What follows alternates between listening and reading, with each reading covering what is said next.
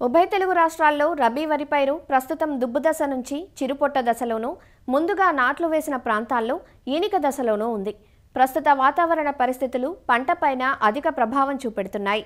ముఖ్యంగా చలి తీవ్రత తగ్గి ఎండలు ముదురుతున్న పరిస్థితుల్లో అగ్గి తెగులు పంటను ఆశిస్తుంది. దీనితో పాటు మొగిపురుగు కూడా పంటలో కనిపిస్తోంది. వరి పైరు కీలక దశలో ఉన్న సమయంలో ఈ మొగిపురుగు అగ్గి తెగులు ఆశిస్తే నష్టం అపారంగా ఉంటుంది. కాబట్టి వీటిని సకాలంలో నివారించుకోవాలంటూ సూచనలిస్తున్నారు వరంగల్ ప్రాంతీయ వ్యవసాయ పరిశోధనా స్థానం పరిశోధనా సహ సంచాలకులు డాక్టర్ ఉమారెడ్డి. వరి ప్రస్తుతం పిలక దశ నుంచి కొంచెం తక్కువ దశలో కూడా ఉండడం జరిగింది. అంటే కొందరు రైతులు అక్కడక్కడ కొంచెం ఆలస్యంగా నాటుకున్న సందర్భం లోపల శాఖీయ దశలోనే ఉండింది. ఇంకా ప్రస్తుతం చలి పోయి కొంచెం ఉష్ణోగ్రతలు పెరుగుతున్న నేపథ్యం లోపల అక్కడక్కడ బ్లాస్ట్ను గమనించడం జరిగింది. అంటే అగ్గి తెగులు అది జనరల్గా ఆకుల మీద కండె ఆకారం లోపల ఉండి మధ్య లోపల ఒక తెల్లటి చుక్క లాంటిది ఉంటుంది. జనరల్గా ఇది కొంచెం చలి ఉన్న సందర్భంలో ఎక్కువ వస్తుంది. దీనికి విత్తన శుద్ధి చేసుకున్నట్లయితే చాలా వరకు రాకుండా ఉంటుంది. అగ్గి తెగులను గుర్తుపట్టాలంటే ఫస్ట్ ఒరాల మీద ఉన్న గడ్డి మీద ఎక్కువ మొదటగా వస్తుంది. తర్వాత అది గాలి ద్వారా వ్యాప్తి చెంది ప్రధాన పొలం లోపల వస్తుంది. దీని కొరకు ఏంటంటే వెంటనే మనం వేయాల్సినటువంటి యూరియాను కొంచెం ఆలస్యంగా వేసుకోవాలి. యూరియా వేస్తే ఇంకొంచెం ఎక్కువ అవుతుంది. అది తెగులు తగ్గిన తర్వాత వేయాల్సినటువంటి ఫర్టిలైజర్ని వేసుకోవాలి.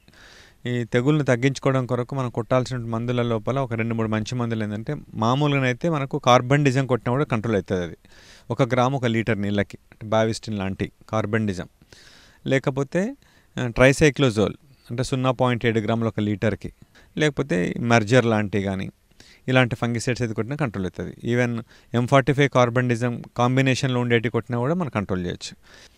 ఇంకా రెండోది ఏంటంటే మొగిపురుగు అక్కడక్కడ, అంటే చాలా వరకు పెద్దగా కాంప్లైంట్ లేకపోయినప్పటికీ అక్కడక్కడ మొగి చనిపోతున్నట్టు గమనిస్తూ ఉన్నారు. బియ్యపు గింజ లాంటి పురుగులు ఉంటాయి తెల్లటి కింద, దాన్ని మొగిని పీకినట్లయితే ఊరికిన ఊసొస్తుంది. అది దాని కొరకు మనం మామూలుగా నాటు వేసిన తర్వాత వెంటనే 10 రోజులకు కార్బోఫిరాన్ గుళికలు ఎకరానికి ఒక 10 కిలోలు వేయమని చెప్తా ఉన్నాం.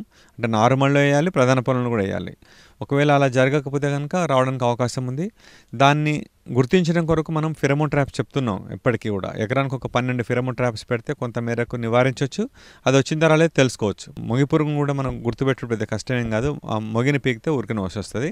కార్టాఫ్ హైడ్రోక్లోరైడ్ పొడిని 1 లీటర్కి 2 గ్రాముల చొప్పున కలుపుకొని, సో దాంట్లో ఒక ఫంగిసైడ్ కూడా కలిపి కొట్టినట్లయితే అగ్గి తెగులు కూడా పోతుంది మనకు.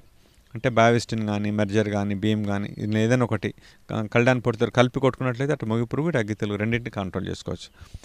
ఈ మొగి పురుగు కొరకు ఒక కెల్డాన్ పొడి కాకుండా కొరాజిన్ లాంటి మందులు కూడా బాగా పనిచేస్తాయి. మార్కెట్లో చాలా మందులు ఉన్నాయి, కానీ కొంచెం తక్కువ ఖర్చుతోటి ఈజీగా కంట్రోల్ చేసుకున్నటువంటి మందులను చూస్తే ఇవి ఉంటాయి మనకు.